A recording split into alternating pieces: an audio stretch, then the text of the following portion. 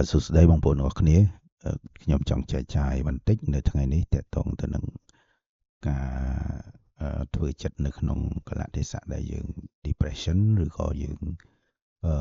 មានអារម្មណ៍ថាយើង stress យើងមានសម្ពាធខ្លាំងណាបាទសំទោសជាទូទៅមនុស្សយើងអ្នកណាក៏ដូចជាអ្នកណាដែរមិនខុសគ្នាទេគ្រាន់តែថាពេលខ្លះ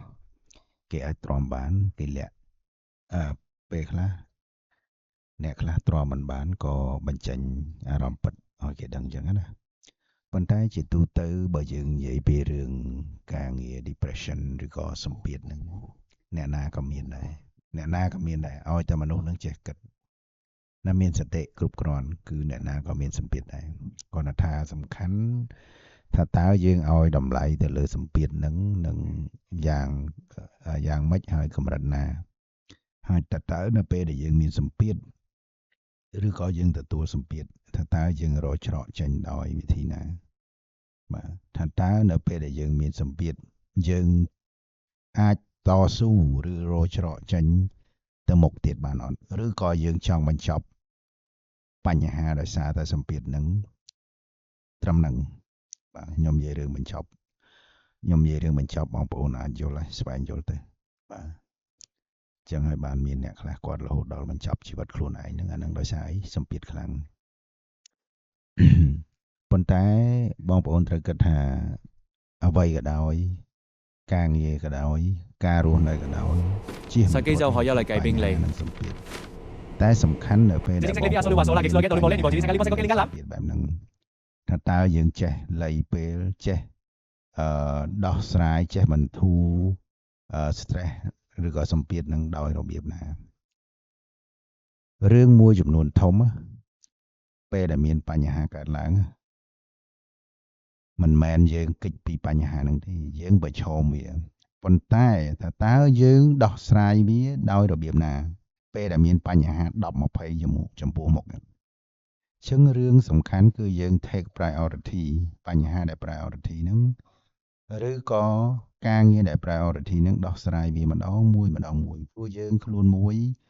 យើងមិនអាចទៅធ្វើរឿង10ស្របពេលតែមួយបាននៅពេលដែលខណៈពេលដែលយើងកំពុងតែមាន depression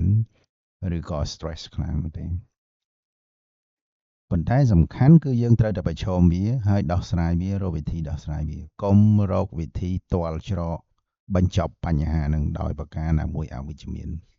នោះមិនមែនជាដំណោះស្រាយទេ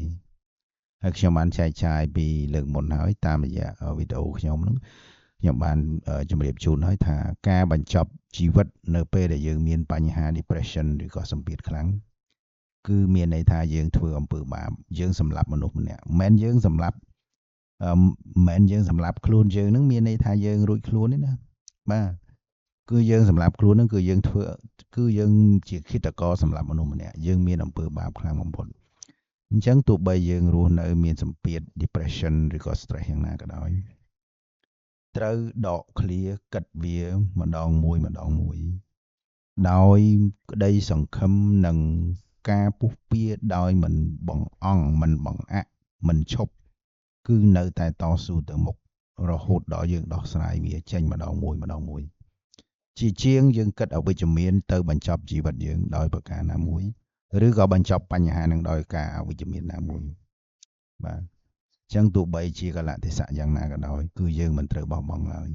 តែសំខាន់តើយើងត្រូវរៀនរស់ក្រោមសម្ពាធនឹងដោយរបៀបណារៀនរស់ក្រោមសម្ពាធនឹងដោយរបៀបណាខ្ញុំក៏ដោយអ្នកណាក៏ដោយទោះអ្នកនឹងឈរទៅលើតួនាទីក៏ដោយគឺមានសម្ពាធទាំងអស់បើនិយាយពីការងារវិញ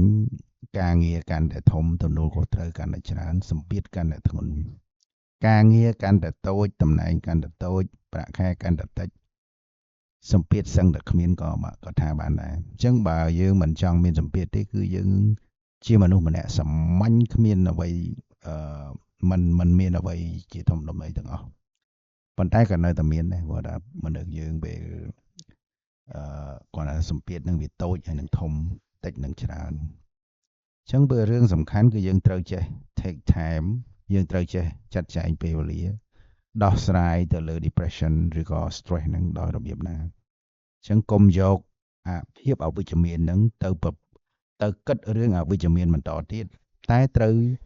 យកបញ្ហាហ្នឹងត្រូវយក depression ហ្នឹងយកជាឱកាសគិតរកដំណោះស្រាយគ្រប់ការទាំងអស់ដោយមានការវិភាសាទៅលើអ្នកដែលយើងអាចទុកចិត្តបានក្នុងការដែលគាត់អវាទផ្ដល់យោបល់ហើយយើងធ្វើវា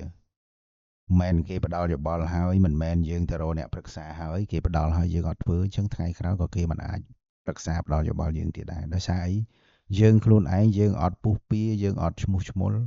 អញ្ចឹងទោះបីគេប្រឹក្សាគេអវាទយ៉ាងណាក៏វាអត់ប្រយោជន៍ដែរអញ្ចឹងគឺរឿងសំខាន់គឺយើងយកវាទៅអនុវត្តដោយភាពវៃឆ្លាតហើយការតាំងចិត្តធ្វើវាបាទដែលហៅថា commitment ហើយពាក្យថាតាំងចិត្តធ្វើវា commitment ហ្នឹងកាលណាយើងតាំងចិត្តធ្វើវាគឺលទ្ធផលនឹងស្ដែងចេញជាក់ជាមិនខានគ្រាន់តែថាលទ្ធផលនឹងល្អដូចប្រាថ្នាឬក៏ក្រោមកា